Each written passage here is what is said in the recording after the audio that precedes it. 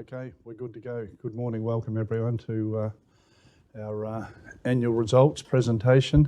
You would have got them on line last night, analysed them. We've had a few texts this morning and emails and sort of got a feel for where everyone's at. So look, I'll briefly run you through where we've been over the year, where we're heading over the next 12 months. There's no 5-year outlook at this point in time. I mean, we're obviously working through incredibly low lithium prices. I mean, just for the record, I mean, no one is making money in this market. I mean, let's be really, really clear on that. There's no lithium companies making money.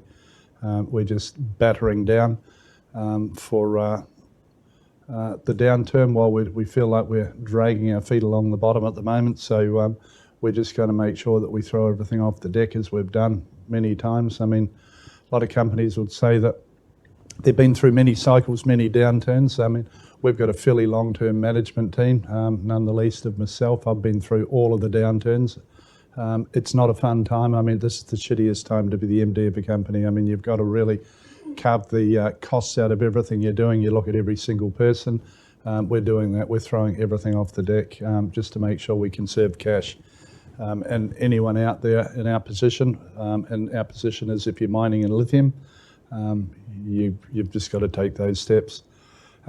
John Cowper's joining me today with the financials, and he'll answer any of your financial questions. Mark could not fly, and Mark is fine. He's online listening to us now, but unfortunately he had a quite nasty ear infection, and it was viral, so he just couldn't fly without blowing his eardrum. So, but Mark's online listening to us.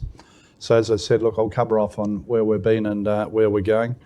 We've had a pretty amazing year. If you take away the fact that if lithium was sitting at $2,500 to $3,000 a tonne, I mean, it would be a much different and better atmosphere. But we've delivered Onslow Iron, and we'll show you how we got that done on budget. Contrary to the notes that I'm getting, we got it done on budget. We got it about a month or 6 weeks ahead of time, which is pretty phenomenal. I mean, no one in the last 4 or 5 years since COVID completely wrecked the supply chain worldwide. No one has built a project on time, let alone on budget, and it's a great project. It's going to be around for a long time. Doubled our mining services business, so we put the foundations in to do that. We've done that in a number of different ways, which I'll walk you through, but fundamentally the mining services that comes along with Onslow Iron is significant, and it's completely separate from the ownership and the joint venture of the commodity price. And we're out there now. We're in the best time we've seen in a long, long time on the mining services front. We're winning more contracts than ever. Sadly, that adds to our capex. Every time we win a crushing job, we actually got to go and buy some stuff, and we've got to put it on the ground. But you know the net result of that. We've created a fairly phenomenal infrastructure business over the last couple of years, and our mining, most people think of our mining services business, you relate it to dump trucks and the like. It's not. Ours is mainly made up of large, long-term infrastructure assets. Somewhere around between 70 and 80% of our contracts run from 20 out to 50 years. So, you know, I'd prefer to own that than an airport, but I can't get that same price-earnings ratio yet. Bald Hill, we chucked Bald Hill in the mix. We'll talk about that. We've been in there now for about 9 or 10 months, and we're starting to get a feel for it. We sold the Onslow Iron Haul Road. We've got a market cap of 2.6 billion on that, and we've got that sold, and we've found a really great partner in Morgan Stanley. They're very similar in our culture and like-minded. They've got a great team on it, so really happy to have those guys coming on board. And we've discovered an awful lot of gas and oil up in the Perth Basin. I mean, probably some of the best onshore finds in Australia. Business is strong. As I said, challenging times ahead, but we can manage that. It's a day-by-day thing. We manage the business in line with the economic environment that we're sitting in. When iron ore is at $200 a tonne, we're out there building whatever we like. When it's at $100 a tonne, we're not building anything. So just a bit of a summary of the year that's been. It's going to be a lot more fun over the next 6 months. Financials, we've done pretty well. Solid performance. We're delivered to guidance. We've had record mining services. Revenues up at 5.3 billion, so about 10% up on year on year. EBITDA of about 1.1 billion. And of course, the earnings have been dramatically affected by the lithium earnings. No final dividend this year. We choose to make sure that we conserve cash in every front. So shareholders, I'm sure, will be happy for us to conserve that cash and keep it in the bank. ROIC, we're down this year at 5.3%, but we got 4.8 billion in capital parked in assets that is only just starting to earn. So give me another 12 to 18 months on that when they're all at full earnings, and we'll have a very different picture on it. We've invested around about 3 billion of that 4.8's gone into Onslow Iron. That is starting to produce. Average ROIC over the past 18 years, we're still sitting at 15%. As you know, 20% is the number that we aim for. And once we get these assets up and running, we're going to be back into a much better number. Total shareholder return, 29% since we listed. So we're still looking after our shareholders. Safety, people, well-being, critical in our business. We really prioritise that. We're industry leaders. We're in the top 5% in terms of our safety management and statistics, the way we look after our people. TRIF is slightly up this year, 2.74, which is still down at the very bottom quartile in the mining industry. I mean, it's still a great result, considering we grew over 12 to 15 months. We went from 5,600 people to 8,500 people. So bringing new people in and trying to adjust them, get them to your culture, and make sure that they're savvy with our expectations on looking after themselves. We've done a pretty amazing job on getting that done. We're currently, at the moment, as you know, we're moving out of the Yilgarn progressively between now and Christmas. So we've got about 900 people coming out of there. We had 2,500 people on the Onslow Iron build. And as we wind down off there, we're also winding down out of our head office. We had an announcement a little while back where we're going to move some people on, and we've started doing that progressively. We moved about 140 people out of the Perth office. So there's going to be a downturn in headcount between now and Christmas as we keep going. We're building diverse and really safe environments for all of our people. And particularly, we've really been focused on growing female participation in the business. We've done a whole range of things with that, and we've been really focused on retention of our people. Over the last 2 years, we've seen about a 50% reduction in people departing MinRes, so we're really starting to nail that down. It's going pretty well. 250 grads, trainees and apprentices we've got on the books.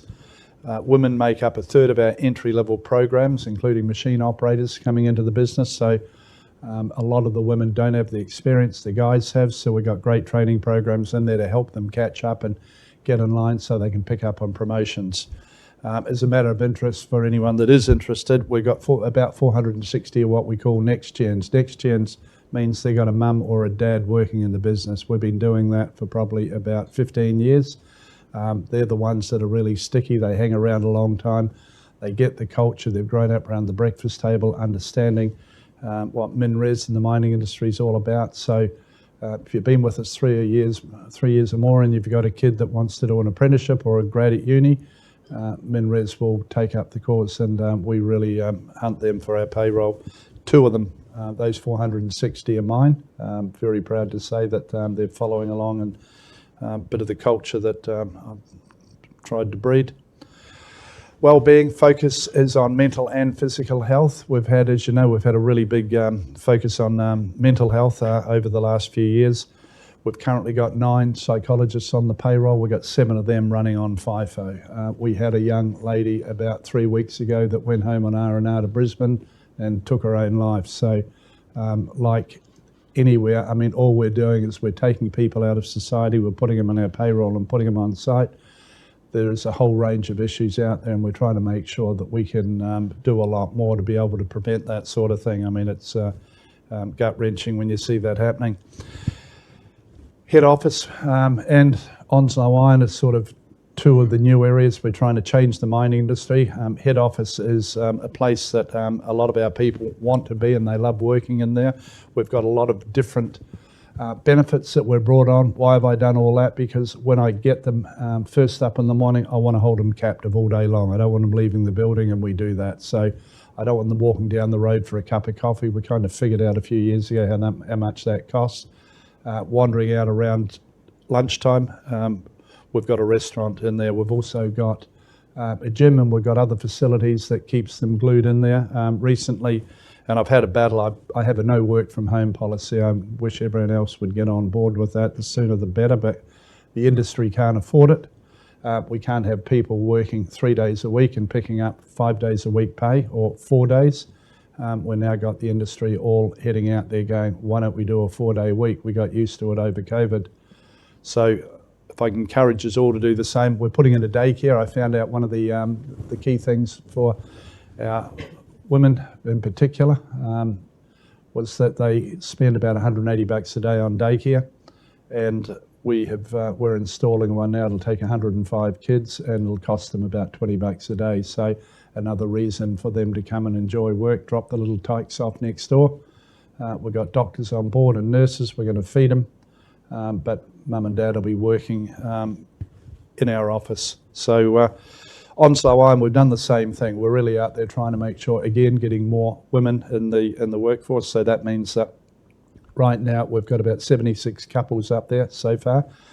We've got 750 pods that we're installing in total. We've got 500 out at Kinsmore. Of those 500, there's about 350 occupied. There's about 76 couples in them now. So that's working. That's growing our female population. We'll train them. We'll make them machine operators.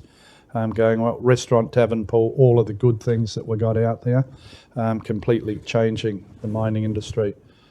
MinRes Air, no frequent flyer points available, not even to shareholders. But we started MinRes Air. Why? Because the cost to MinRes has just been ridiculous. We've been losing over the last 12 months an average of about 11,000 man hours on changeover on people on different sites. That's not the big number. The big number, tens of millions of dollars we're using shutting down mining fleets in the middle of a shift and shutting down processing crushing plants so we can change people out. So literally, I mean, tens of millions of dollars. And what can we do about it? The answer is we bring it in-house. We've got 2 A319s and an A320. Got a great experienced management team. They've got a couple of 100 years experience between them in the airline industry. We're running under a license from a company based in Melbourne until we get our own, which we should have around about middle of next year. But we started running from the East Coast and hauling people out of Brisbane. So instead of a day and a half each way to get people from the East Coast back. And why the East Coast? 23 million people out there, 3 million in WA. We need a labour pool to draw on. So now it's 5.5 hours direct into our mine sites, so into Wodgina, direct into Kinsmore. We are shortly going to be coming into Kambalda, and then I'm hoping within about the next 4 weeks the airline will be in full blast, so we'll be doing all of our FIFO stuff coming out of Perth. But tens of millions of dollars of saving, and the cost on doing it, it's pretty much in the first year, it's about cost neutral with what we were going to spend with the airline. So no difference in physical cost, but huge difference in our savings and being able to manage that. And we got to, as I said, when we advertised for people to staff that thing, it was insane, the number of responses we got. In 48 hours, we had over 640 hosties applying for the job. Why? Because they understand the culture and the caring that we put into our people. Sustainability, always at the forefront of what we're doing. We're out there working on it. WA, probably the best mining jurisdiction in the world, bar none. I mean, in terms of the way that we understand how to look after the environment, rehabilitation, the care that we give our people, I mean, we're up there in one of the best of the best.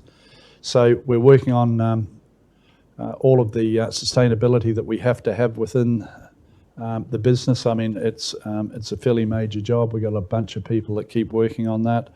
I mean, I keep repeating the thing, we're committed to getting to zero by 2050, and we're doing everything we can to get there.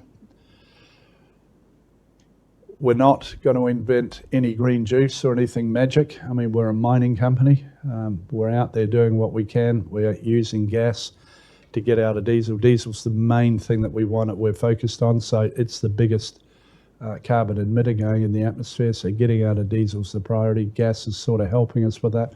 Of course, we're putting in wind farms where we can. We're putting in solar panels by the thousands. They don't help us a huge amount.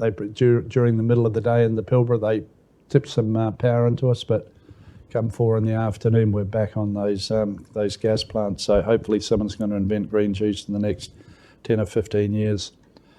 Local business is the other thing that we're really focused on with the Indigenous communities and with all the remote communities where we work.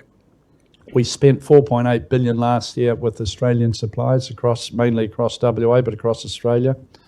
$8 million in social investment with charities and 125 charities that we're supporting out there in various ways. So we've been pretty strong on doing that. Just a bit more on the traditional owners. What we do with the traditional landowners around the communities that we work is our aim is to be able to get them to the same standard of living that we have. So making sure they got affordability for decent housing, medical, education for their kids so the kids can grow up and have good permanent long-term jobs and eventually run our mines for us. Really focused on that. Look, we've got credit facilities in place. We put $25 million credit facilities in with a number of different banks so that they can go borrow money to buy equipment to go and fulfill 5 and 10 year contracts we give them. So they got these long-term earning streams and that we stand behind that. We make sure they buy everything at the right price. We help them maintain it. We maintain it for them a lot. So we're doing a whole bunch of things around that, education, getting kids to year 12, trying to get them into uni. Passionate about trying to make a difference there. A couple of 100 years behind the 8 ball, and but we're getting there. We're making good inroads. John, I'll hand over and let you run us through the financials. Thanks, Chris. Good morning. It's my pleasure to present to you the MinRes financial results for FY24.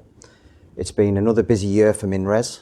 We've continued to invest for the future, developing high quality, long life assets, and we've further demonstrated our ability to recycle capital to fund growth. Starting with the P&L, underlying EBITDA of $1.057 billion reflects solid underlying performance. Mining services EBITDA grew by 14% to $550 million. This demonstrates the strength of the MinRes business model. At commodities, lithium's underlying EBITDA of $384 million reflects a sharp reduction in lithium prices, despite record volumes. Iron ore's underlying EBITDA of $394 million benefited from improved achieved prices. You can see FY24's depreciation and amortization is higher. This is driven by growth in mine development. And our net financing costs are relatively consistent with FY23. This reflects capitalised interest costs, predominantly relating to Onslow construction. As announced, Yilgarn is moving into care and maintenance from December. We've recognised an associated impairment charge, net of tax, of $61 million. Alongside other impairments, total impairment charges, net of tax, were $99 million.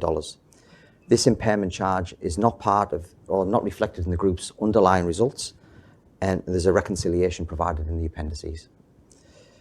FY24's adjusted tax excludes the impact of tax arising on non-reoccurring transactions. These are transactions linked to the Marble transaction and the ending of the marketing agreement. We had foreign tax losses on sales through China, which have been discontinued, and we had US taxes on battery chemical sales via Albemarle. Again, a reconciliation of statutory results is included in the appendix. I won't spend too much time on this slide. The chart shows the strength of operational performance of our business over the year, and you can see controllable EBITDA improved significantly. This was driven by lithium volumes and cost performance, however, more than offset by a significant fall in lithium prices. Turning to cash flow, consistent with prior years, MinRes has demonstrated its ability to convert profits to cash in FY24. You will see again a solid operating cash flow of $1.9 billion, impacted by a large positive movement in working capital.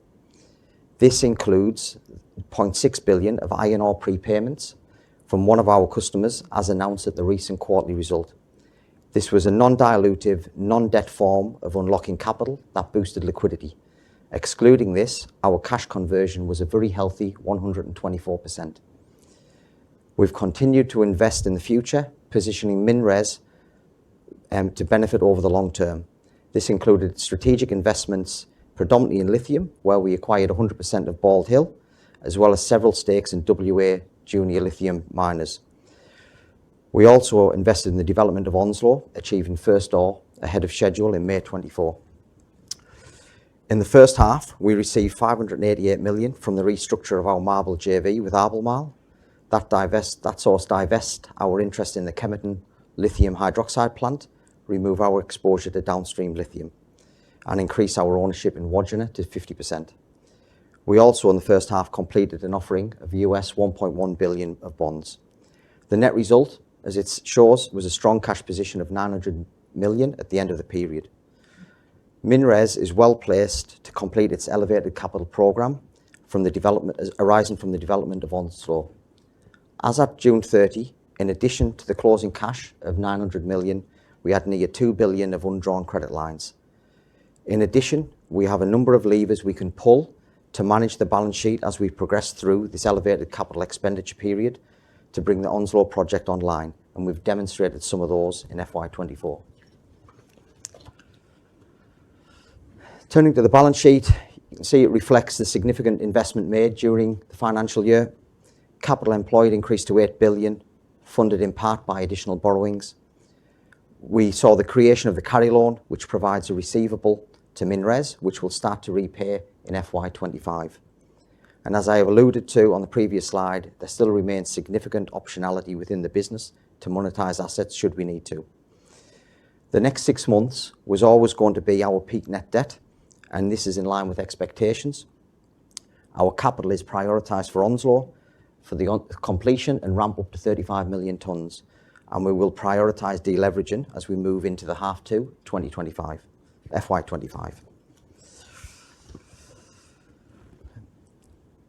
If I can just turn your attention to how we think about capital.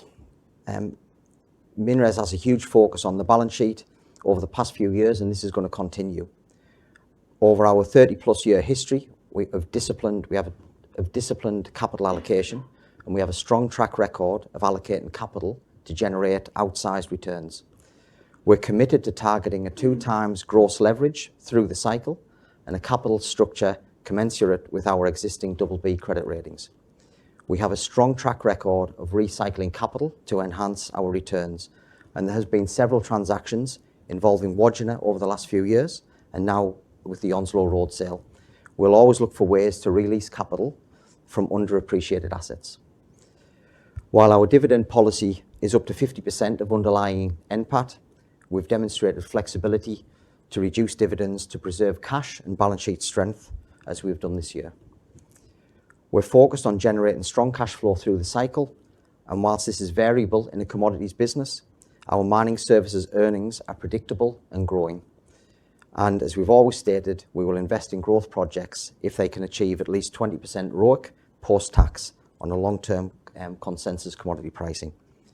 In recent years, this has been the Onslow Iron project, which has required the largest capital investment the business has ever embarked upon, but it's expected to generate significant returns over the long term. I'd like to take a minute to remind you how we set up a durable capital structure for the group's long-term success. We chose to access the US unsecured bond markets for several reasons.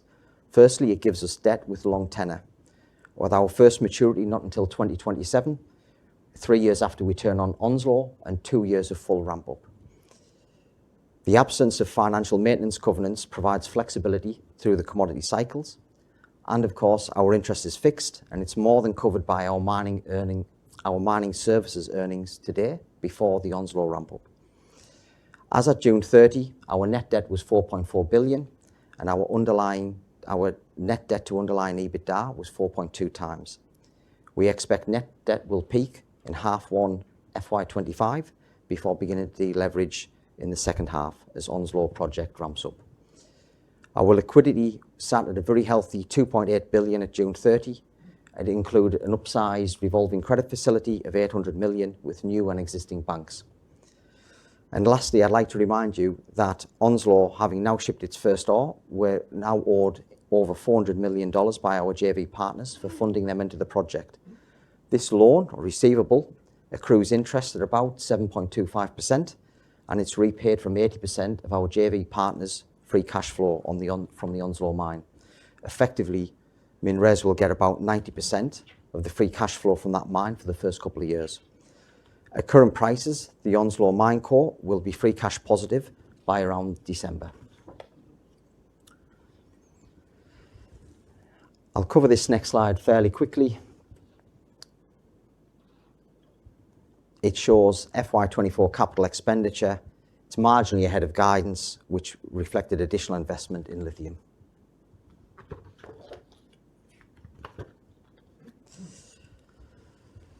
The net debt waterfall slide is fairly self-explanatory. As stated, our net debt is expected to peak in H1 financial year 25. We've committed to a major investment programs many times over our 30-year history, and we have a clear path to get debt levels back to where we want them. After this coming half, we expect to naturally deleverage through EBITDA once Onslow is fully ramped up. We will also explore options to decrease gross debt levels as each of our unsecured bond becomes callable at par, which is well in advance of their maturity. We continue to have several significant levers available at our disposal and options to unlock capital throughout the business.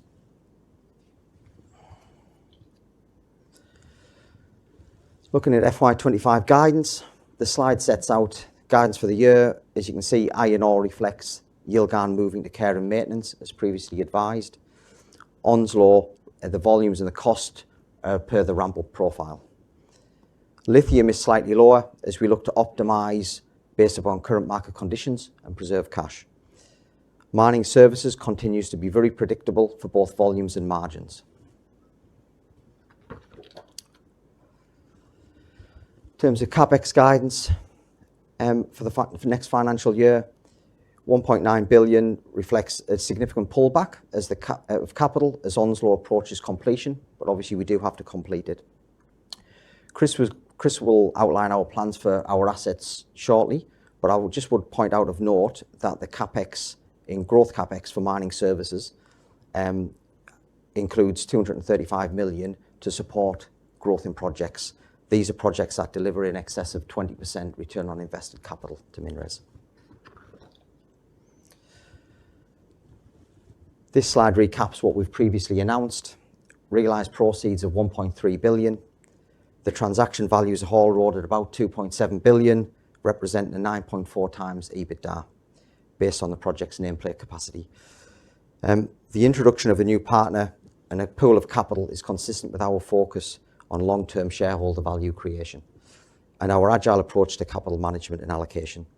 We expect this transaction to conclude and reach financial close imminently, as early as September. This slide shows how we think about our investment in Onslow. So 2.8 billion for our initial investment in 30 million tonnes, 0.5 billion for the expansion to 35 million tonnes, which takes it to 3.3 billion. Now, just to point out, our JV partner will contribute over 200 million of that increased cost via the carry loan, which we expect to reach around 800 million once we add capitalised interest within it. Once you factor in the road sale, you have a net investment of 1.4 billion to MinRes for a project which at spot prices, when fully ramped up, will generate around 1.5 billion EBITDA each year. So it's effectively a 1-year payback for a 30-plus year mine life.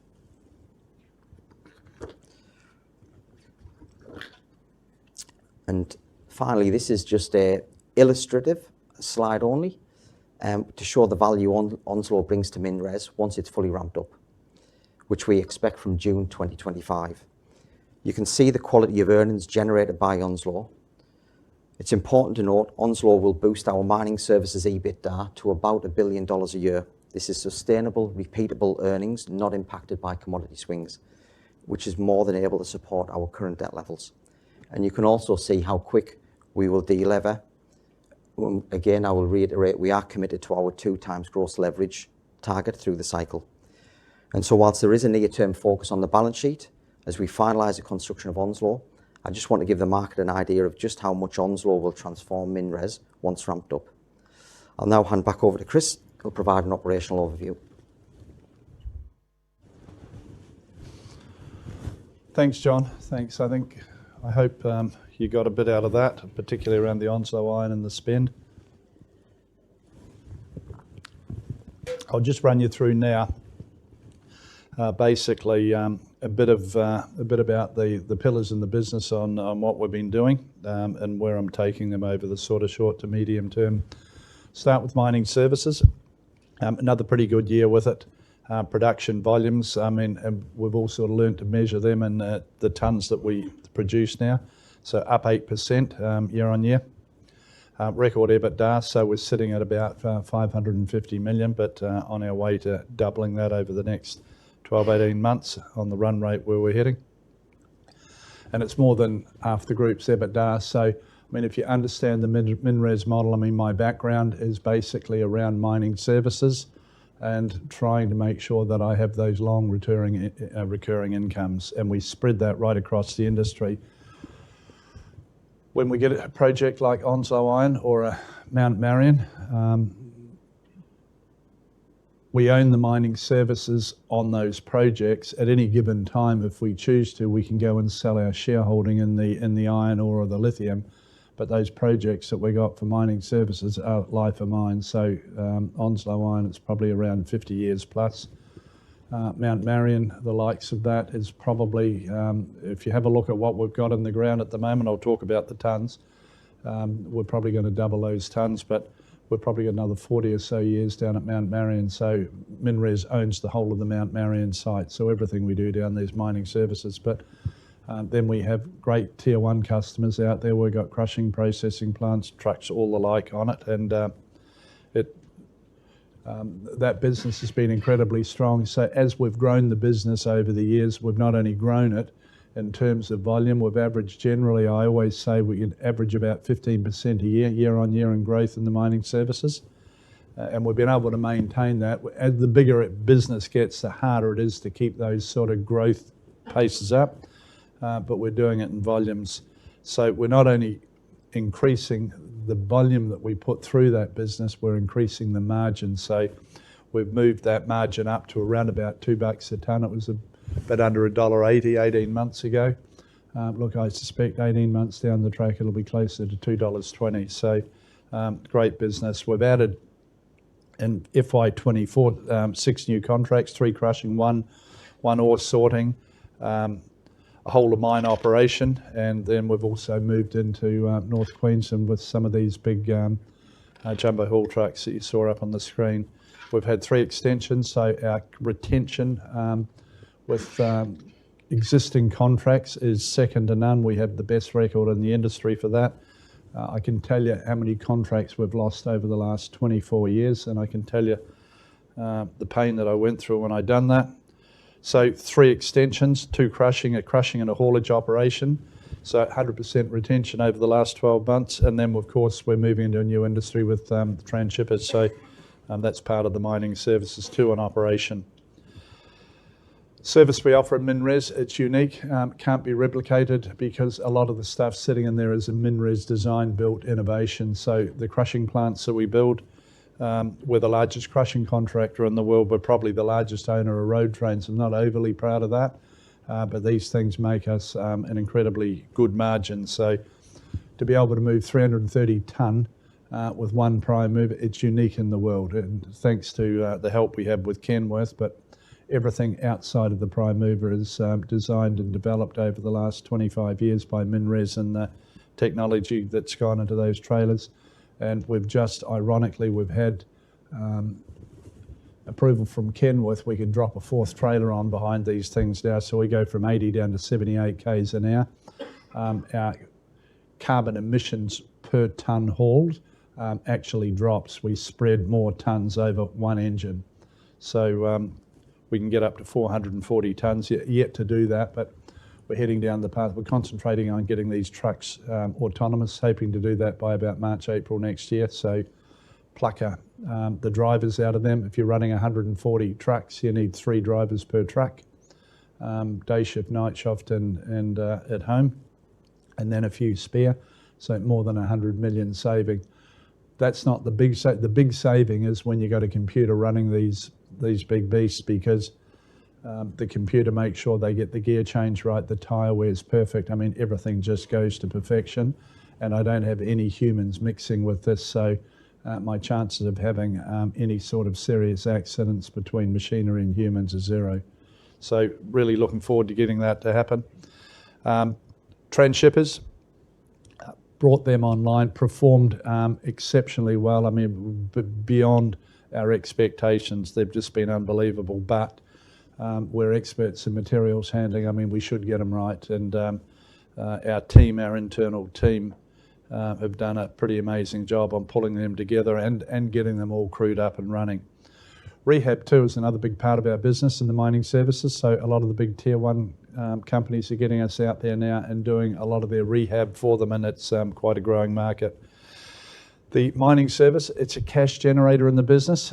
It's not affected by commodity prices, and the rates are always protected. We review them annually, and they get adjusted with inflation, and we also have a sliding scale. So if we don't get as many tonnes as they committed to do, then the rate per tonne sort of goes up. So it's, as I said, amazing business. 70% of those contracts have got a life of more than 30 years.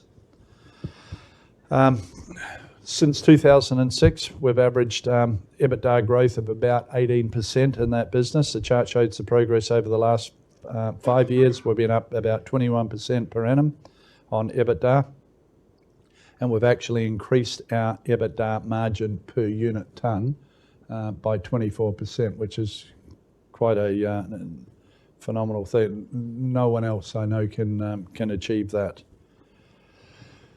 So we're going through at the moment probably our strongest growth period ever in mining services. This year and next year, it's really going to ramp up. I mean, we're going to get, my expectation is I'll be at a run rate about 18 months out from now, about 1.25 to 1.3 billion a year.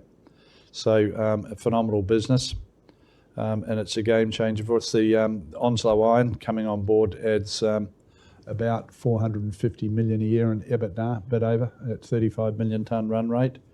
And it's unrelated to the price of iron ore. So that project, quite phenomenal on what it's going to do for us over the next 35 to 50 years. Engineering construction, it's kind of the secret weapon inside the business. We've got the best construction team in the country, bar none. So we do all our own internal design, engineering, innovation. We make everything. We have... And sadly, as I was saying earlier around the work from home scenario, Australia is one of the most expensive countries in the world today for anything around manufacturing. We can't manufacture anything now. We just priced ourselves out of it. Downstream processing is almost out of the question for us as well. We did a lot of work around trying to build hydroxide in Australia. As you know, I joined up with Albemarle, and then forgot to mention at the beginning, I exited all of the downstreaming with Albemarle at the end of last year, and I'm very happy I did. We just can't afford it in Australia. You know what, we're spending 1.8 billion US building here in Australia. We can replicate that in 20 other countries outside of Australia for 400 million, exactly the same. So that's a real issue that we try and address. You know, we're fabricating steel in China to a really high quality for $1,800 AUD a tonne. The stuff that we build right here in Australia is $12,000 to $14,000 a tonne. So just to give you an understanding of where we're at. And we're going to compete on the world stage with all these products. So our engineering business, we've got a combination of being able to get stuff made and built offshore, and we bring it in and we glue it to the ground, we pour the concrete, do all of those things incredibly economically well. And I think if you have a look at what we've got, 35 million tonne for the number that we've got on the ground, and the payback that project gives you a really good understanding of that. and we do some stuff externally for our clients as well. So, yeah, a great business, and that adds a lot of value. We're going to give you a quick video now, are we, Chris? Just 2 minutes to really let you get the feel of what we've got at Onslow and how it operates. So let it roll.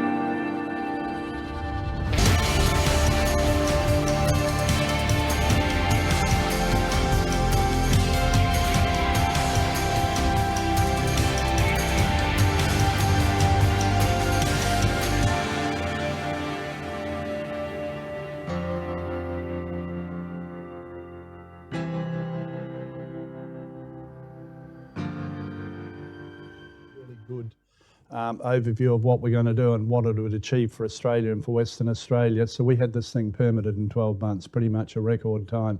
Got the last approvals through in July of 23 for the road, and then in May of 24, first ore on ship. I mean, phenomenal what we've been able to achieve with that. So, and thanks to the government, both the governments were just phenomenal with it. But I mean, we whine and bitch a lot about how long it takes to get things approved, but Australia is one of the best countries by none in the world. I mean, they're quite outstanding. And if you get organised as a miner, you can reduce those times substantially. Transparency is the key with the government to make sure that you're working with them. We've moved 35 million tonne of waste and ore so far since we've been up there. So just barely a year, the whole thing was tussock plains up there, and where we are now, we're moving 1 million tonne a week up on the site. The next gen crushers, I said, they're all going to be online by the time we get to the end of October, as is the haul road.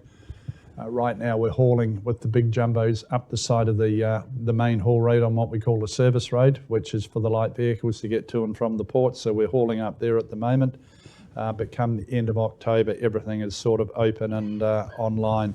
So 150 k's of that big haul road, specially built. I mean, the foundation going into that road is phenomenal. It's not like your average highway that you drive on. Plus all of the service roads and overpasses we're doing. So about 250 k's up there we're building. If you've been to WA, it's about equivalent from Perth to Margaret River, with a big freeway that carries those big trucks. So far, so good. I mean, and the surface, we've had a lot of experts around on exactly what goes into that fill in the mix. The quality of the bitumen sort of changes when we're on an uphill gradient. You've got those big tri-drives on the trucks trying to tear the bitumen up. So we've sort of think we've got all that figured out, and it seems to be working so pretty good so far.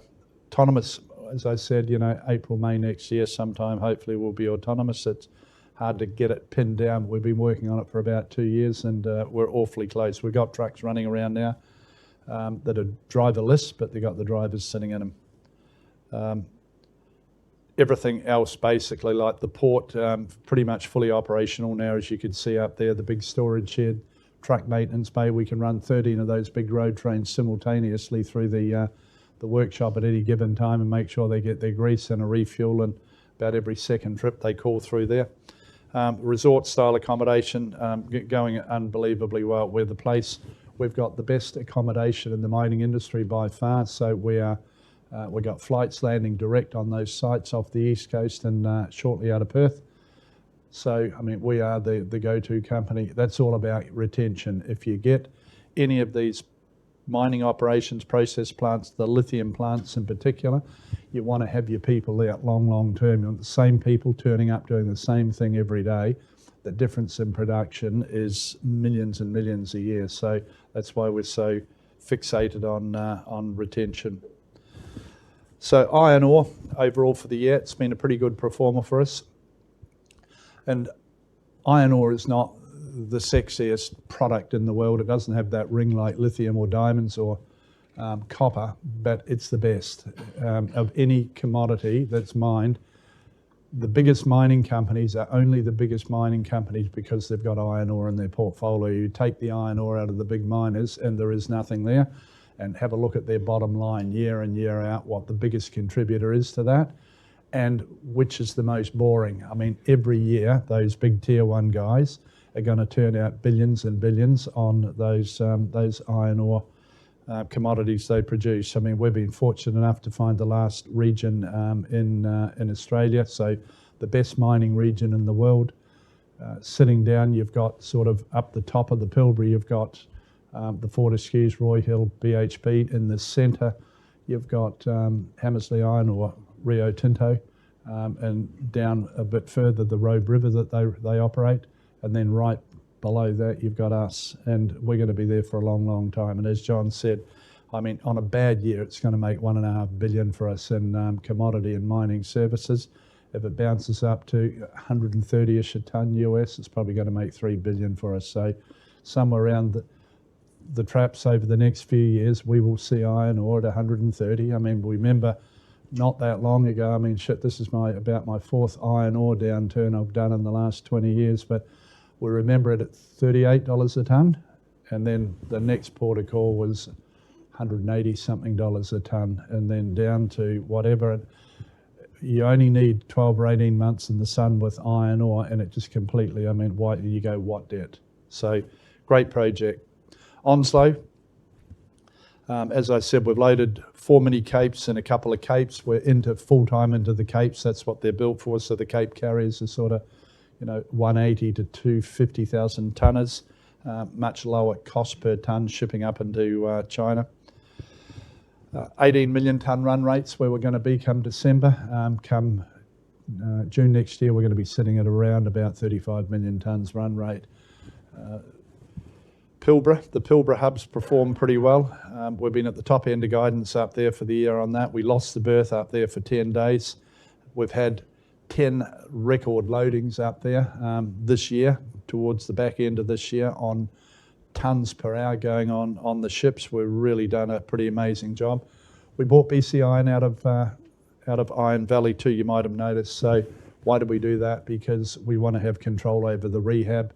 And if it hangs around for there's more than 100 million tonnes still in the ground up there, but we need to be able to be putting that on rail somewhere down the track, and somewhere in the next few years we hope to get cracking on that berth 3 up there in a joint venture that we've got with Hancock. So Yilgarn Hub, we announced that we're going to shut that down. We're winding our way out of that now, so all the capital spend down there stopped. We've moved probably about 150 people out of there so far, but come Christmas, we'll be turning the lights out down there. We've mined, since the beginning of time down there, we first went down there for Carina, we've mined about a bit over 73 million tonnes we've been able to get out of there. High cost area, so this time next year when Yilgarn's not in the mix, you'll have a look at what our average cost is of iron ore going out. It's going to be much lower and more sustainable. So our iron ore, our transition to the long life, low cost, as I said, it's a 50-year project. It'll earn its money every year. Great partners in there, Baowu, POSCO, AMCI, incredibly good partners. And it's a complete fines operation, so no lump coming out of there. The good thing with that, 75% of that ore for the next 50 years of the MinRes ore goes to Baowu. They're committed to taking that. They've spent quite a few $100 million on buying a couple of big blending yards up in China. So as Simandou comes online, all of the Onslow Iron ore is going to be blended with Simandou, and it's a perfect fit. I mean, how lucky can you get? A lot of organisations out there rightfully see Simandou as a threat. For us, it's quite the opposite. The other thing that's quite ironic is, and we're not really clear on this, but under the strategy in China, they've been working over the last couple of years to develop a business up there that buys most of the iron ore. Ironically, they call it China Mineral Resources. The deputy chairman of it used to be on the Aquila board, and he loves mineral resources, so he's taken our name. Because we're blending and we're working our ores going to Baowu, we are not part of that, so we will continue. We will forever trade on the spot market. So a lot of good value in the partnerships we've got with them. If you have a look at our FOB cost, $29 US a tonne FOB, 45 up in China if you add shipping and royalties. That $29 a tonne, I know I keep saying it, that's including the mining services. So, you know, we're on board for a pretty low cost. So this thing is pretty good in any market. I mean, it's quite phenomenal. I mean, if we're selling at around $100 a tonne, we're going to get probably, take out the moisture, take out the impurities out of it, we're probably going to get around 80-ish bucks a tonne US for it. So you can do the math on that, it's pretty good. 50 million tonne operation, let me be really clear on this. I'm going to keep doing what I've done for 32 years in MinRes. We operate this business to market conditions. If we're trading at 200 bucks a tonne for iron ore, we're out there, we'll be going to 80 million tonne. But we're not going any further than 35 right now. We're going to pause. We're going to let the cash roll over the top of us.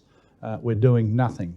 I'm saying zero in terms of capital in the next 12 months beyond 35. And it might be 18 months, it might be 2 years, but zero in the next 12 months. If I'm going to do something, I will come and tell you I'm thinking about it. I'm not doing it, I'm thinking about it, okay? So let's get off the ledge on that one. Why am I doing that? Because the price of lithium has tanked, no one's making money. We're fairly comfortable where we're at with iron ore. I mean, we see a lot of resistance around the 100 US a tonne. I'm comfortable that we're probably, I'm not going to call it we're sitting on the bottom. I have no more idea than you guys have on where the price is going. But we are seeing an awful lot of resistance where it is, so it's pretty good. So we're clear on the 35 going up to 50. The one thing that we can do, by the way, we've got transshippers 6 and 7 coming in 26. With the help of Baowu, I got that. They were aiming at 29 was the earliest I could get those things out of the shipyards with Baowu's help. Chairman to chairman in Beijing, it's amazing what can be done when they're both owned by the same owner, the government. Mr. Shi owns Costco and Bao. So we're getting them in 26 because once these things get up to nearly 5 years old, you've got to freight them up to Singapore and you've got to run them over the slip every 5 years. So I need that. Plus on top of it, there's a couple of other transshipping opportunities out there. And like I do with the crushers, I always have a crusher up my sleeve somewhere so I can move very quickly and I can get it nailed. So, and these things here, and I'm not going to publicly say this, but we're going to really sweat that 35 million tonne and see how hard we can push it with the capital that we've got, and we think we can move it in the right direction. So lithium, a little bit about record production out of Wodgina and Mt Marion, underlying EBITTA, $384 million. We average $1,279 a tonne. If you had told me in 2018 I was going to be selling it for that, I would have packed up and gone on holiday. I mean, that would have been an amazing number. When I started these mines, we were lucky to get $400 a tonne for for lithium, so let's not forget that. But we've got used to higher prices, and we've put a lot more gear in there and got greedier and tried to get more product. We're paying attention to that. So at Marion, we shipped 218,000 tonnes of SC6 equivalent, FOB cost of 498. We're reducing costs down there. We're improving the feed quality and the plant performance. We're still going to progress the underground. We're about 70 metres down on a vertical basis, so we're putting in a drive down there so we get down to about 350 metres. Why are we doing that? Because we put 3 or 4 drill rods in the ground. We know that we've got 10 million tonnes down there. We probably suspect we've got about 40 or 50 million. What happens, these feeder systems, if you're lucky enough to find them, we've found 2 at Mt Marion. It's a bit like a cyclone. They come up from kilometres down. So we chase this thing down with about 3 or 4 drill rods, about 1.2 Ks. And the geos have said there's 10 million tonnes in that space. We suspect there could be, there will be an awful lot more than that. So we're going to get down there. What it does overall for us is it reduces the overall strip ratio down at Mt Marion. It actually shaves several $1 billion over the life of the mine, 3 or 4 billion, just being down at that face. So you're only bringing out quality ore. You get that with the open cut. You've got a great blend. 20-25% will be underground feed. It doesn't really change the mix of total cost FOB. So you get in there and get that done early. I suspect, look, 5 years down the track, we might be thinking of doing something similar up at Wodgina. What we're doing right now, be clear, I'm pulling the production down at Marion. I'm doing exactly the same at Wodgina. I'm really throttling them back up there. I'm starving the product going in the market. I don't want to oversupply the market. I don't want to waste my ore.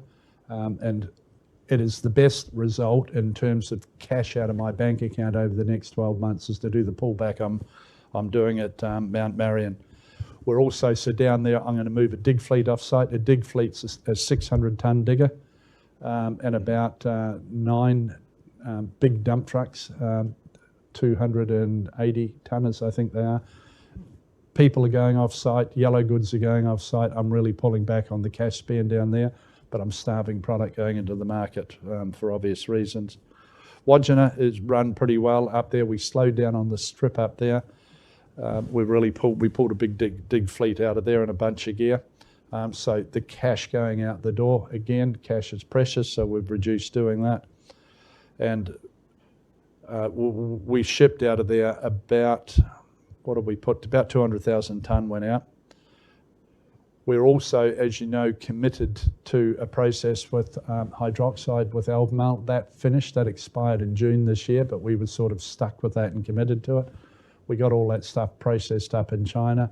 And believe me, I mean, once I got a really clear view of what it's like operating in China, I mean, I wanted out of there as quick as I could get out. The costs are pretty ridiculous. So we're done with that now.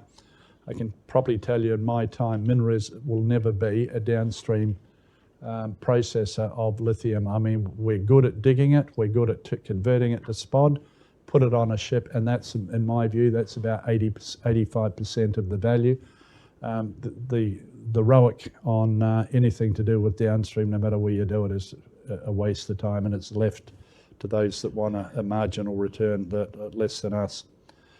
So wherever we can, the message is this: what am I going to be doing in 3 months from now? Spending as little as I can on these mines, conserving cash, pulling them back hard. I'm not going to shut them down because there's a lot of development work we've got going on all of these sites, and that development work's important. We're improving recoveries.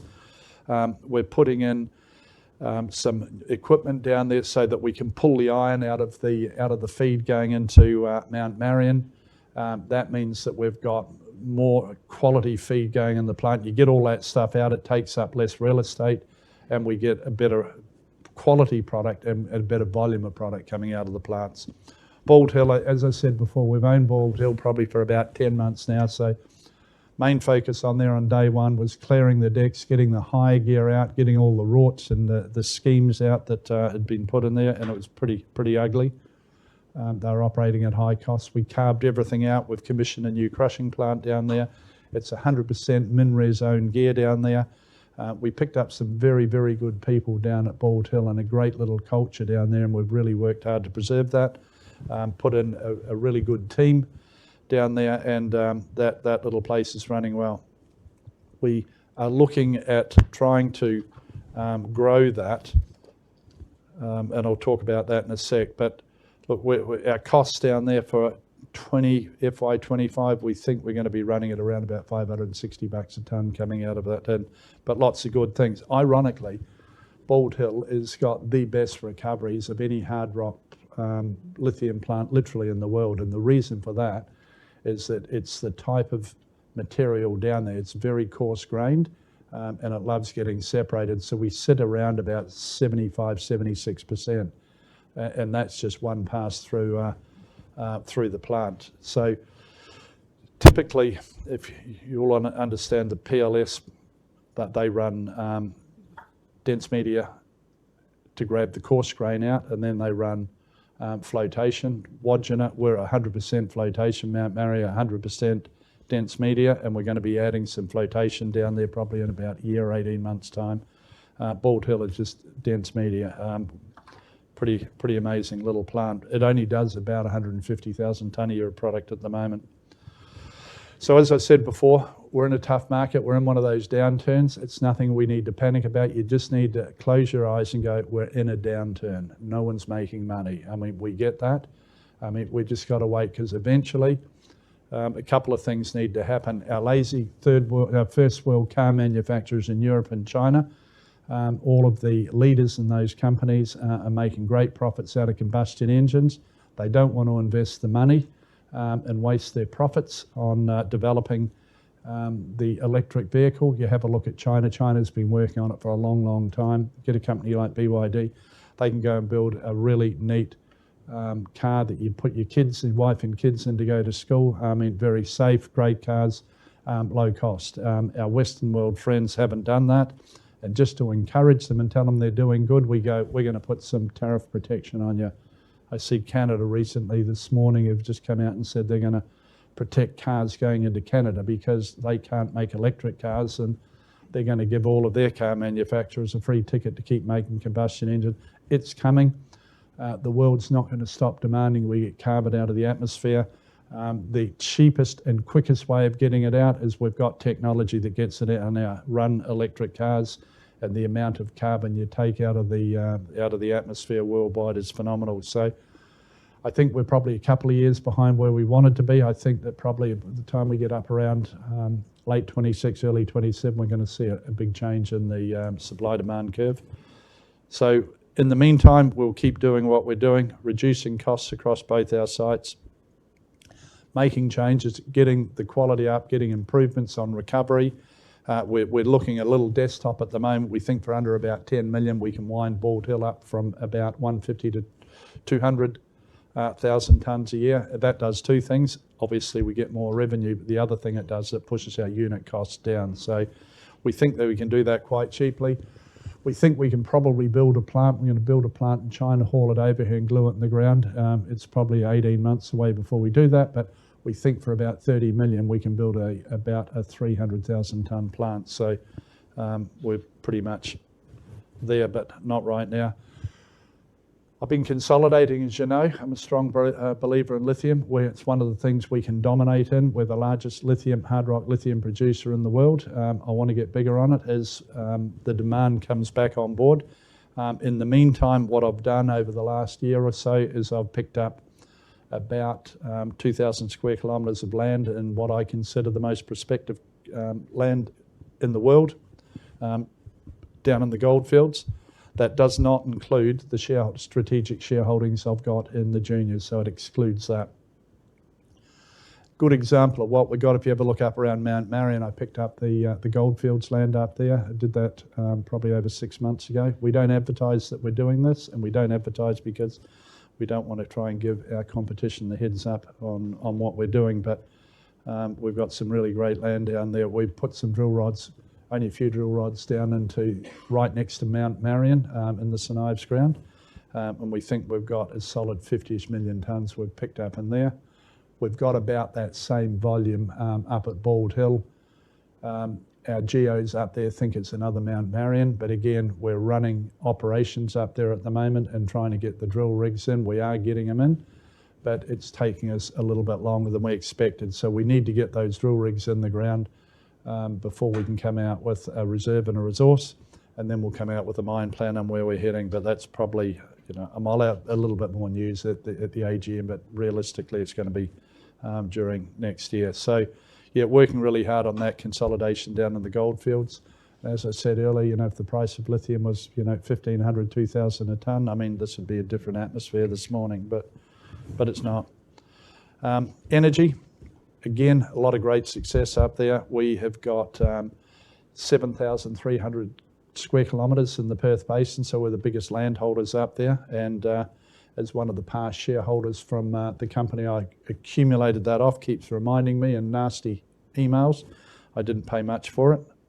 But we've had great success. We've had 4 significant gas discoveries up there, and 1 very significant oil discovery, and we've had 1 duster. So we drilled and we got no gas to speak of. So 5 out of 6 is pretty good hit rate when you're looking for gas. 2 of those are production wells, but this is basically these 2 tenements are what we called Lockyer and Erregulla. So lots and lots of gas up there. I think we've probably got the most gas in the Perth Basin so far. We recently bought our own drill rig that'll go down 5Ks, so that gives us a lot more control over cost and timing and what we're doing. We call it the MinRes Explorer. It's probably about 2Ks down at the moment on its first hole for us. So another hole we're drilling, we expect highly likely, our guys have done good seismic up there, we're probably going to find some more gas. So we're waiting on the government to come out and give us their position on whether they'll let us export LNG. My guess is it's highly likely they will, because we've made the right commitments. We're going to sell on the spot market. If there's a shortage of gas in WA, we'll turn our gas back inbound and we'll fill that gap for them, provided the others are putting their share in. And it's about a 5-year deal. Beyond that, we want to be doing downstreaming in WA. So we'd want to be looking at urea, methanol, power generation, all those sort of things, so that we can do downstreaming and get the right return on what we're doing. Carnarvon Basin, we got 17,500 square Ks up there running down that coast. That's inland adjacent the Chevron gas fields. So doing a lot of seismic work up there now, and then the drill rigs will be heading up there next year. So that's sort of about where we're at in the business, where we're going, what we're doing, what's happened over the last year. As I said, it was our biggest and best year ever. I know it doesn't feel it right here this morning while we're standing here, but it was a great year for MinRes. I mean, if the lights go out and we don't do any more development for the next 30, 40 years, I mean, the business is going to make a lot of money no matter what. We've sunk the capital, got a bit more. I mean, we'll be running through till late October on what we're doing up at Onslow Iron. After that, I mean, we're pretty much shutting everything down, and we'll just be parked up, catching fish and watching the cash come in. So the headline on Onslow Iron, we got it built on time. Actually, we got it built ahead of time. We got it built on budget, as we said. When I started, just so you understand, for me to get approval up there to get iron ore going out of Onslow, which they called a petrochemical hub, I couldn't get the Liberal government to support me on that at all. When Labor came into power, they had a look at it. Economically, they saw that the state needed cash income. They've been very practical. Anything that is good for the state, I mean, they get behind. And this is going to deliver a lot of, obviously, benefits to WA in a whole lot of different ways. So they saw their way clear that they said they don't see any harm in 5 million tonnes going out. So I nodded my head at 5 million tonnes. Then I had a commitment with them that I would be dust free. I'm not going to do what Port Hedland's done to Hedland, and I'm not going to do what it does in Dampier. So we will make it dust free. And then I sort of quietly got up to 15-ish million tonnes, and then 20 million tonnes, then 30. And that was a promise that I wouldn't go any further than 30. And then Mark McGowan went out of office and Roger Cook came in. So during that period, I went clonk with another 5 million tonnes. So we were sort of sitting at around about 2.7 billion to get that 30 million tonnes delivered, and that little sneaky 5 million tonnes that went in. The joint venture issued MinRes Construction with about a $560 million variation to add that extra tonnage. So you do the math on 5 million tonnes after you got, and it works incredibly well. So I hope that gives you a good understanding of cost and time. We were always committed. First ore was due on ship in October this year. They also give me a little variation to try and speed that up. I got a variation for about 100 million to speed the project up and pull it back to June. And we really stretched that, and we got that first shipment out in May, which is pretty phenomenal. So look, all in all going forward, I mean, we're going to do what we always do. I can't tell you exactly what we're going to do. I'll give you a good flavour for what it looks like, but I'm going to say that we're going to be unbelievably conservative, and we're going to rope in every dollar. We scrutinise every dollar we're spending. Why are we doing that? Because if we come out the other side of this with a bucket load of cash, I mean, that's where the opportunity sits in these times. I mean, I've had my best opportunities. I'm not going to go and spend money, but we will develop some opportunities going through where we're heading. So very, very conservative year. It's going to be a little bit tough with the lithium. We all know that. I don't know where the price is going. I mean, I would have thought a couple of months ago we were dragging on the bottom, but we've sort of edged it. We've gone down a little bit further than that. It'll be any new mines coming on stream at the moment. I'd hate to be there because the cash rate will be phenomenal. Whereas we're in the opposite direction. Us and PLS and the likes of Albemarle and Greenbushes are in a pretty good place. I mean, we'll weather the storm. It ain't going to be pretty, but we will get there. So balance sheet is a focus. If I fast forward 12 months and 18 months out from now, balance sheet, the cash that'll roll in, I mean, the loans that we've got with our JV partners, that they have to prioritise them out of the value coming out of that iron ore until they pay those down to us. So we've got some pretty good income coming at us. Got a great experienced management team. I've got people that have got good, strong contracting background, commodity background. I mean, we know what we're doing. We're hands-on operators. We get in the weeds. We understand the detail. I mean, that's really, really critical. I know every part of my business, front and back. And as I said, I've been through a number of cycles. I've run a company in administration, got it out of receivership back in the 80s. I've had a lot of practice, not that I need that practice now, but I know how to make sure, sadly, how you got to pull back on businesses. It costs people jobs. It's not a pretty time to be around. But look, we've got good balance sheet management. As I said, we've got lots of great opportunities ahead, but we're going to manage to the time. So if you've got any questions, more than happy to answer them. Thank you, Chris. For those I've not met, my name's James Marocchi. I'm the Treasurer here at MinRes. In a moment, we'll open up both the floor and the online portal for questions. So for those attending virtually, if you've not submitted your question yet or joined the live audio queue, please do so now. For those in the room with questions, please raise your hand and Kate and myself will head over to you with a microphone. Please ensure to start your question with your name and company affiliation. We'd ask if you could please limit to a single question to allow time for other participants, and we'll circle back if the time permits. We intend to go back and forth between live questions in the room and online questions throughout the session. With that, I'll open the floor to questions initially.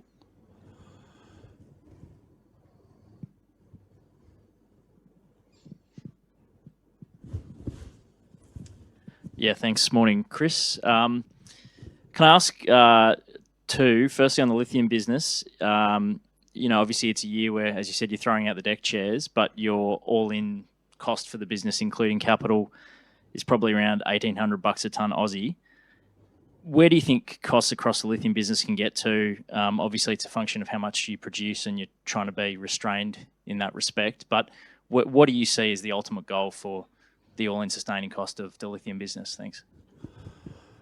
Good question, because I mean we're spending capital down there, and we need to get that done so that we can come on stronger when the price comes back. Look, my expectation is that we might be down at these sort of levels for 6 months or so. I mean, I would expect sort of getting early into the next year that the prices are going to go up somewhat. If they don't, then there's going to be a lot of operations that'll just turn off. I don't want to guess where I can get with all of that because we're still trying to figure out what we're going to spend that capital on. We've got a good idea.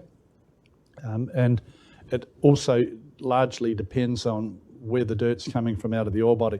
Some parts of the ore body will literally yield twice as many tonnes per day and process through the plant. So other than the guidance we give you, I don't want to sort of go too much further.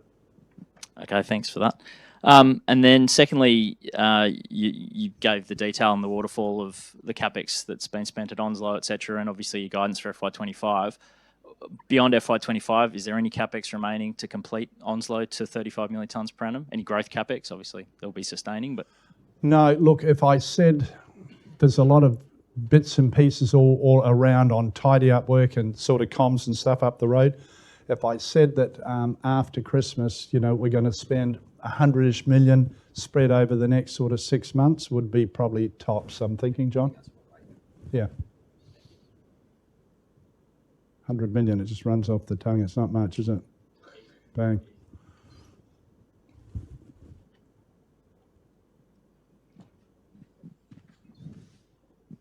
Hi, good morning, Chris. Thank you. Kate McCutcheon at Citi.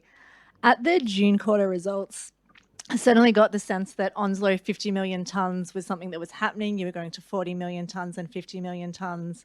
Today, it seems like that shifted to the right, which is fine, but just wondering what sort of changed, and then secondly, what does that mean for going to 50 million tonnes in terms of CapEx when you decide to do it? Because I assume you've got a construction workforce that's rolling off, and then you'll have to come in. If you can sort of talk through that. Yeah, and that construction workforce, I mean, for 30 years we've managed it.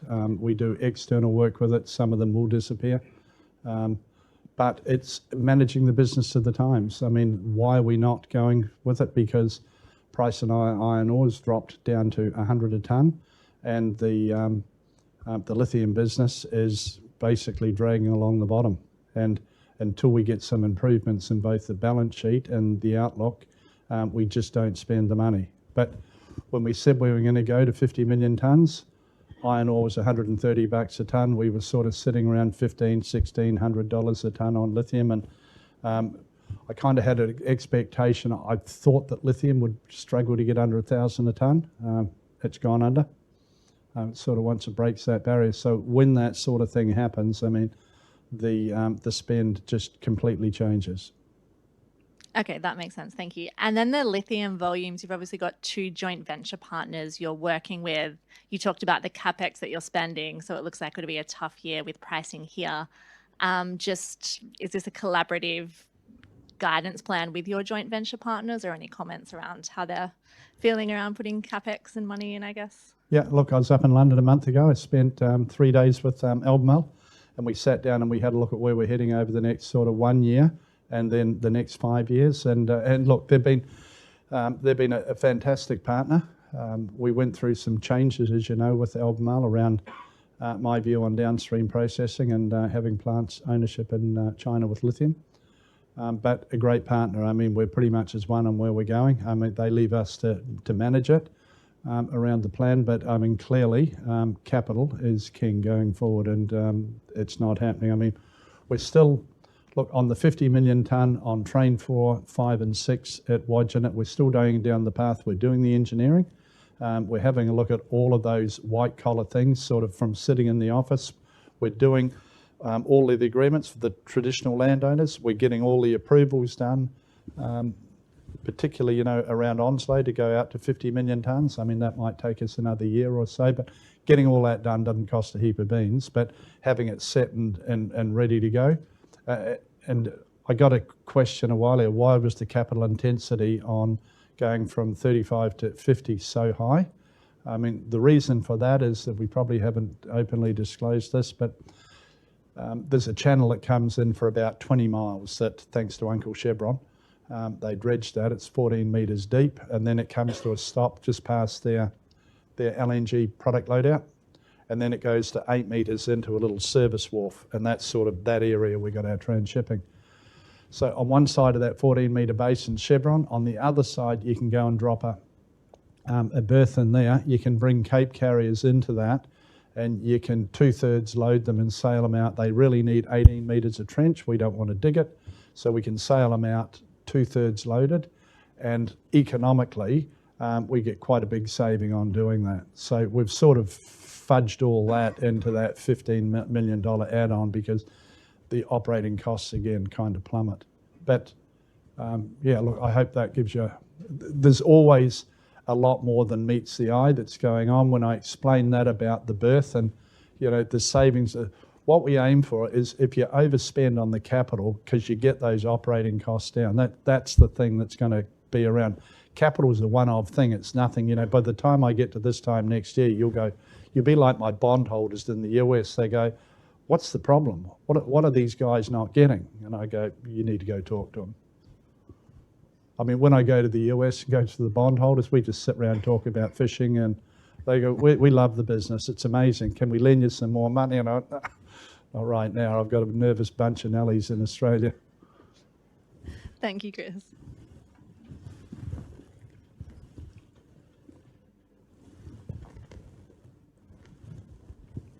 We'll switch to online for the next one. Thanks, James. For those participants attending virtually, a reminder you can ask both text and live audio questions during today's event.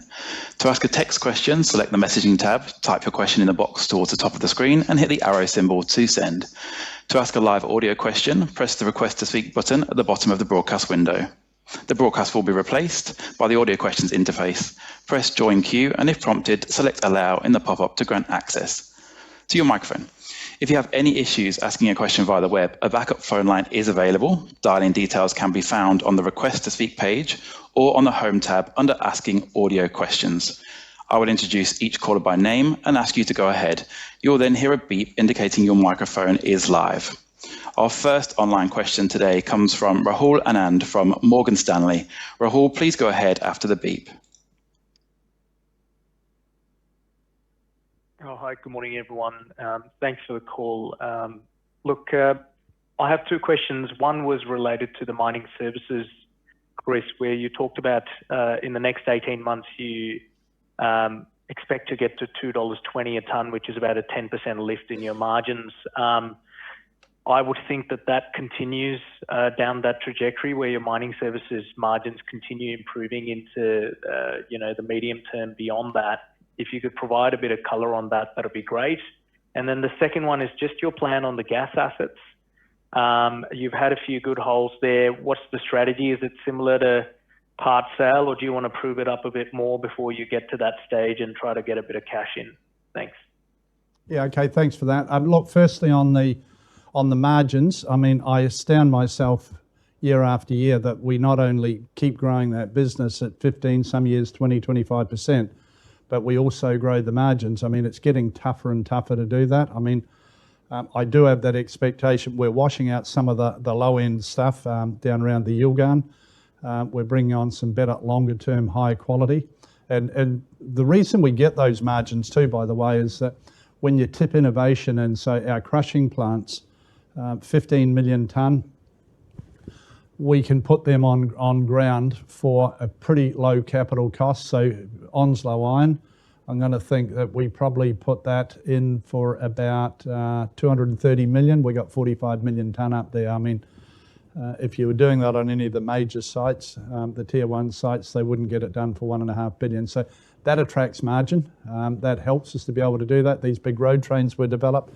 There's nothing like it. I mean, they move dirt at a low number, and they're incredibly popular. I mean, I'm fighting my guys to make sure I've got enough trucks on Onslow Iron because they're putting them everywhere.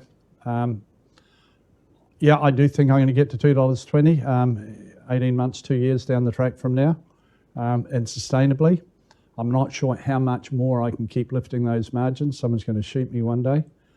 And the gas, what's the plan on the gas? The gas was to be self-sufficient on day one. That's why I got those tenements, self-sufficient, and just have another cost that we can control. So it's like opening an airline. The more costs we control and the more we can control when we turn our operations on, the more money we make.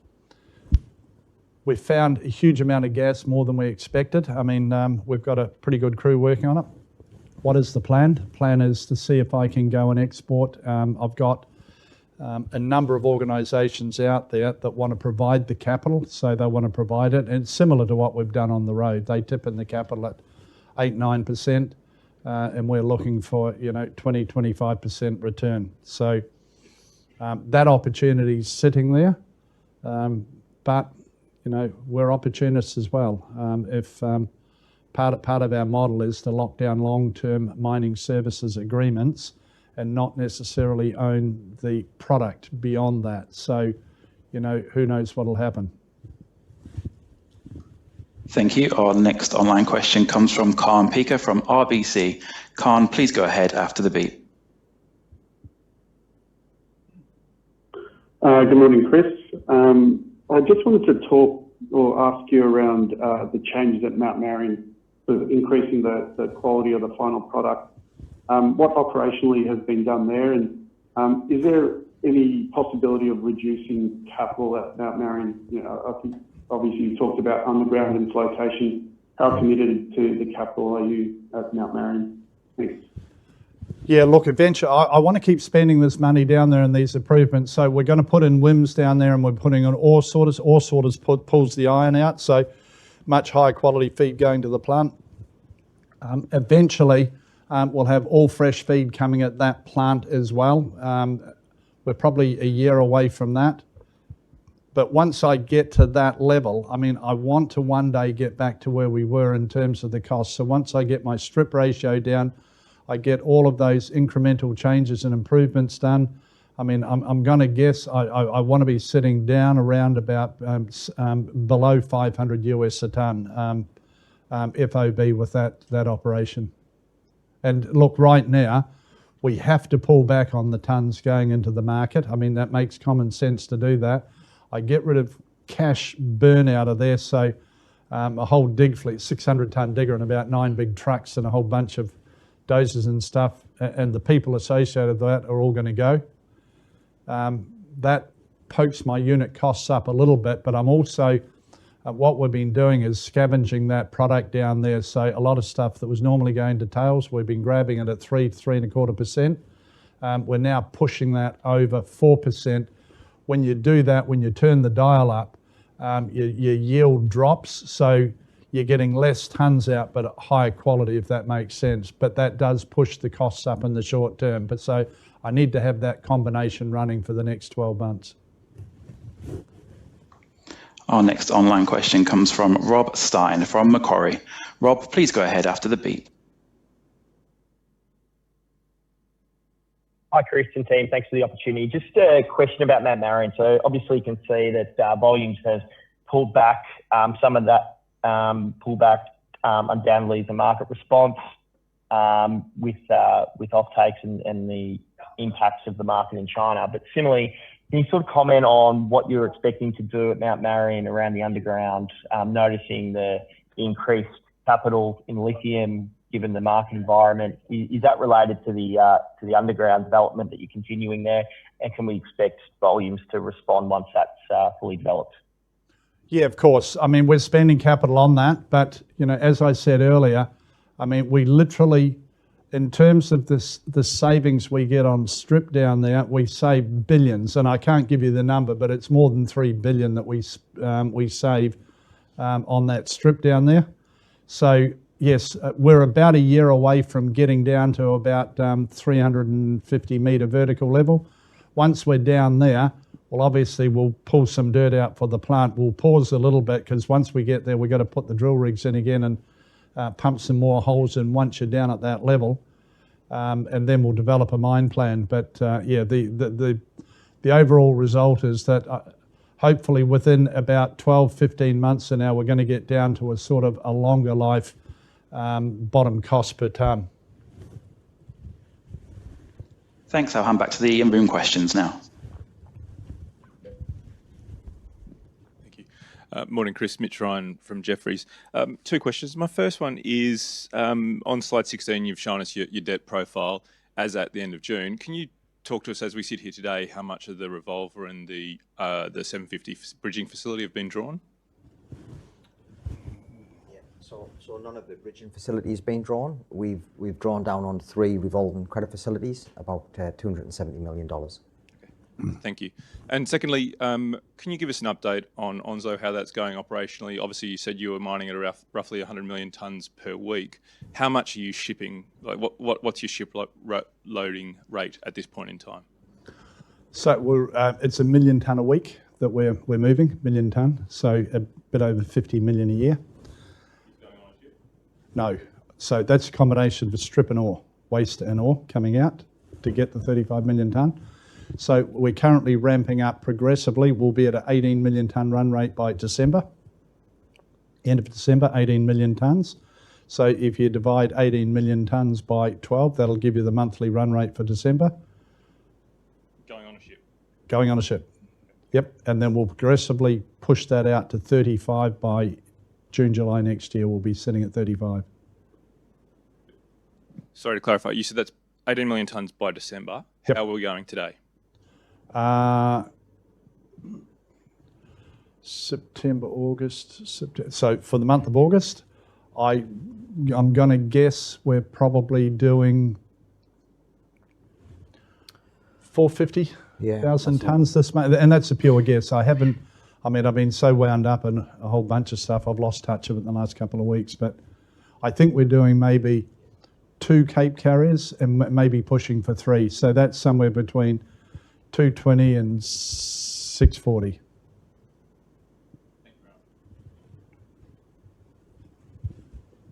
Sorry, 420 to 620. Hey, Chris, it's Glenn Lawcock at Barrenjoey. Can you just help me understand a little bit? I mean, it's tough times. You're battening down the hatches, and it's but it feels cyclical, not structural, right? So I think you probably agree. You've been through many cycles. So why didn't you push ahead? I mean, there are ways to bridge the debt problem you've got and push ahead and act pro-cyclically versus restricting. Because, you've got some of the lowest cost assets in the lithium market, particularly Wodgina. Yep. Yet you're pulling it back. And I remember you said last time you were upset Albemarle made you turn it off. Yeah. Then the market turned. I feel like you're back on it again. So, and yeah, you're right in what you're saying, but I was really upset with Albemarle turning it off, and we should have kept those 2 trains running. But that's a view of mine. I don't want that to end up in the paper. We've got a great partnership with them. The reason for that is that from our experience as mining, theirs is in chemical process. We needed to be moving the top off that mountain back in 2018. We'd have been in a different position. When we caught that cycle, we'd have been in a way different position. So right now, I don't want to turn off. I want to keep all the development work running, and I want to keep that idling over. And I'll do that. I don't want to change, so I'm pretty much locked into that for the next 12 months. We've sort of agreed that we're not going to do anything different, but conserve capital. But we will keep the 2 trains running. You could go a lot more conservative, and we could shut down an operation if we chose. I don't want to do that. And the other part of that too is that, we've got a social responsibility too. We can't just keep turning people on and off as well. We've got some good people and years of training to get them where we are. Losing that experience would be painful. Yeah, I get it. So you think this is the optimum to manage cash flow today, is what you're aiming for? Yes. Yeah, this is my view. We're doing everything we can to both balance and keep it operating and get development done, so as we come out the other side, we're in a much better condition. I've maintained my workforce. I don't want to lose that skill set that I've got. And I think I'll get this back in spades when the price gets back to something normal. Okay, thanks.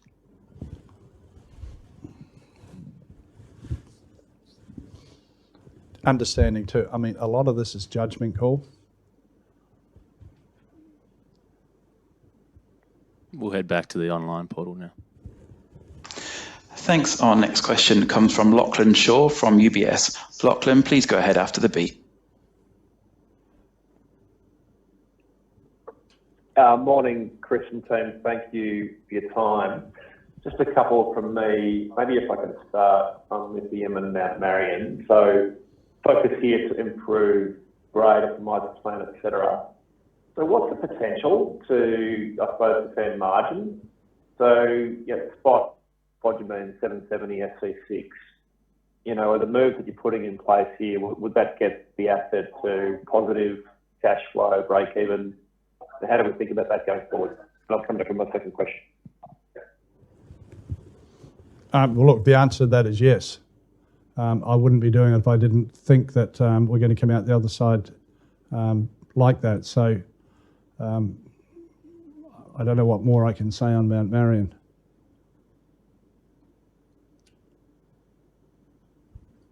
Great, that's helpful. Thank you. And then just secondly, just a couple of clarifications on capital guidance, CapEx guidance for FY25. So sustaining about $500 million. How do we think about that moving forward as the business gets bigger, as Onslow ramps up? And then just a point of clarification, the mining services growth CapEx of 235. Just wondering, that the projects that you've cited, does any of that relate to Onslow? Thank you. I think obviously we haven't provided guidance beyond FY25, so I think it's difficult to call what sustaining will look like in that time. I think what I would say is you can always optimise sustaining depending on price environments to be able to accommodate cash. Sorry, what was your second question? Second part of your question? Sorry, just a clarification on the mining services growth capital of what was it, 235 or thereabouts. I'm just wondering if any of that relates to works at Onslow or it's sort of separate projects. Thank you. There's a strong demand for external projects for mining services, as Chris alluded to. What they do is pretty exceptional in the market, and they're increasing their demand and their service, and so that's typically external looking contracts. Thanks. Our next question comes from Paul Young from Goldman Sachs. Paul, please go ahead after the beep. Thanks. Morning, Chris. Chris, it's been a pretty wild 12 months, but you've been here before, particularly back in 2015. I know you've made some pretty tough decisions by pausing growth on Wodgina and also Ashburton and reducing the workforce, so they're not easy decisions. Looking at your balance sheet and just iterations, it does seem like you've come out with Plan B today, which is cutting costs and also CapEx. I know you've previously said that you've got a lot of levers you can pull, and to your point around the lithium price, you weren't expecting prices to fall below 1,000. So I'm just wondering if things do stay at current levels and iron ore does derate further. Do you have a Plan C? So do you have any options around asset sales or further cost out? So asset sales, no. The answer is I don't. I have assets that people would like to buy. I don't have any plans on selling them. And what I'll do is if the price of lithium continues to drop, there won't be a mine on the planet that's making money. So we will really just start pulling more and harder on the spend until we strangle it. The iron ore, look, I don't know where the iron ore is going either, but I suspect it's sort of bouncing around where it's going to be. I'm not overly concerned about iron ore. At $100 a tonne, I'm happy with that. If it stays there for the next 50 years, I'm really happy. But yeah, lithium, I don't think lithium's sustainable where it is. I don't see any companies out there that are going to turn a dollar.